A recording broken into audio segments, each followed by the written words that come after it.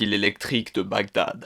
Savez-vous ce qu'est un OO-part? Out of Place Artifact. Ce terme désigne des objets manufacturés qui sont hors du temps. Ces objets anachroniques remettent en question l'histoire telle que nous la connaissons, telle que le plus connu, la machine d'Anticythère. Et si je vous disais que l'invention de la pile électrique a été faite des siècles plus tôt que vous ne le pensez? L'objet du jour est la pile de Bagdad. Alors, de quoi s'agit-il? La pile de Bagdad est un mystérieux vase d'argile de 13 cm environ contenant un cylindre de cuivre isolé et scellé par du bitume auquel est fixée une tige de fer. Elle a plus de 2000 ans et les archéologues ont une bonne raison de penser qu'il s'agira d'une technologie antique que les scientifiques, jusqu'à présent, pensaient qu'elle n'était inventée qu'au 19e siècle. Une pile électrique. Mais c'est quoi son histoire? En 1938, un archéologue allemand du nom de Wilhelm Koning trouva le vase au cours de fouilles dans les ruines d'un village vieux de 2000 ans, dans le Koudjoutrabou, tout près de Bagdad en Irak. Néanmoins, certains contestent cette version et pensent que Koning a trouvé la pile dans les fondations du musée quand il en devint directeur. Il publia tout de suite une théorie selon laquelle il s'agissait d'une pile antique. Mais la Seconde Guerre mondiale éclata et sa découverte passa inaperçue. Cependant, ce n'est pas le seul exemplaire de ce genre.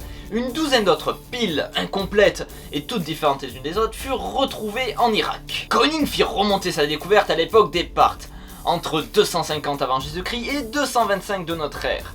En effet, car le village où il découvert la pile était Parthes. Cependant, le style du vase est sassanide, ce qui le situe entre l'an 225 et l'an 640 de notre ère, à une époque où la science commençait à se développer dans cette région. Des méthodes modernes de datation de la céramique, telles que la thermoluminescence, qui mesure l'énergie lumineuse d'un objet soumis à un réchauffement, confirmeraient la date de cuisson des vases, mais elles n'ont pas encore pu être essayées. Du coup, comment fonctionne-t-elle? Une pile fonctionne sur le principe qui veut qu'un courant électrique puisse être produit en plaçant deux métaux d'un potentiel différent dans une solution acide appelée électrolyte.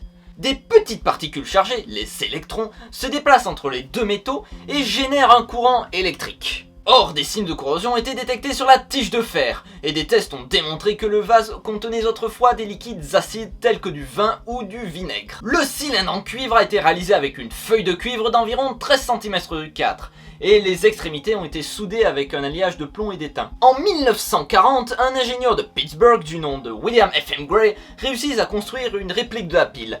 Il la remplit d'une solution de sulfate de cuivre et parvint à avoir 0,5 volts d'électricité.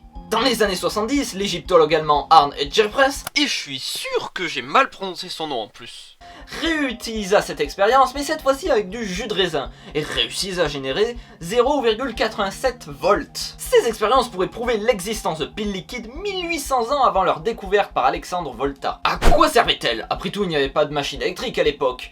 Donc, plusieurs théories ont été avancées quant à son usage. La galvanoplastie. Les piles étaient peut-être utilisées pour plaquer des métaux précieux tels que de l'argent ou de l'or sur une base de cuivre. Cependant, cette théorie n'a été étayée d'aucune découverte de ce genre et de cette époque. Par contre, on a retrouvé de nombreux objets créés avec les autres techniques de dorure de cette époque. Le dorage par martelage, où l'or est appliqué en fine bande avec un petit marteau, et le dorage au mercure, où l'objet est mis dans le mercure et l'or est appliqué après. Ou alors la magie. Le docteur Paul Craddock a suggéré que plusieurs de ces piles pouvaient être assemblées pour créer un léger électrochoc à quiconque touchait l'une des électrodes. Elles pouvaient avoir été ainsi placées dans un objet sacré tel qu'une statue ou une idole pour prouver les pouvoirs de la religion aux fidèles. Pour finir, la médecine. De légères décharges électriques pouvaient fournir une sensation agréable de picotement, surtout si on le combine avec des techniques du style de l'acupuncture. D'ailleurs, la célèbre émission américaine Mythbusters ont consacré un épisode sur la réalisation des théories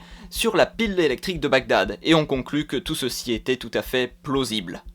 Au final, où se trouve-t-elle à présent? Jusqu'à la Seconde Guerre mondiale, elle a été conservée au musée de Bagdad. Cependant, on ne sait pas où elle se trouve actuellement aujourd'hui. Elle aurait pu être soit saccagée, soit cachée par la direction du musée pour la protéger.